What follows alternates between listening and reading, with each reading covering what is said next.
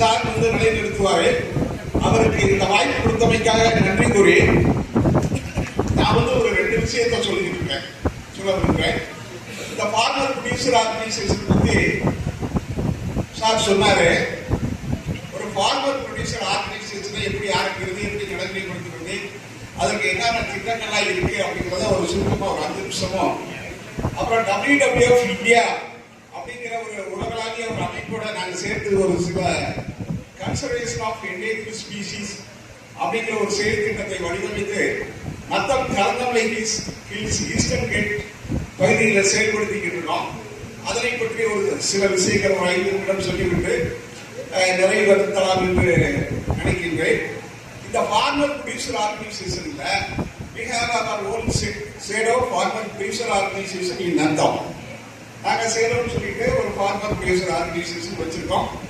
ஒரு farmer producer organisation வந்து கமாடிட்டின்னு சொல்லுவாங்க.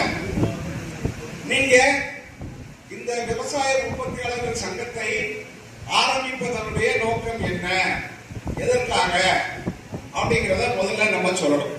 அந்த கமாடிட்டின்னா இப்ப எங்களுக்கு நத்தத்தை எடுத்துக்கிட்டீங்கன்னா மா, தென்னை, கொய்யா, இந்த 3 விஷயங்களை வைத்து நாங்கள் இந்த ஃபார்மர் ப்ரொடியூசர் ஆர்கனைசேஷனை கொண்டு போறோம் அப்படிங்கிற மாதிரியான ஒரு அப்ஜெக்டிவ் வரணும்.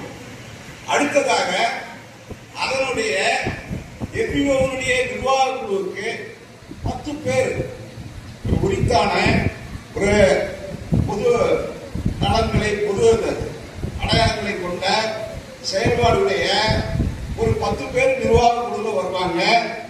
அதுல தலைவர், செயலாளர், அப்புறம் வந்து 9 முடிஞ்சு 10ஆவதா வர்றவர் வந்து சிஇஓ, ஒரு சீஃப் எக்ஸிகியூட்டிவ் ஆபீசர்.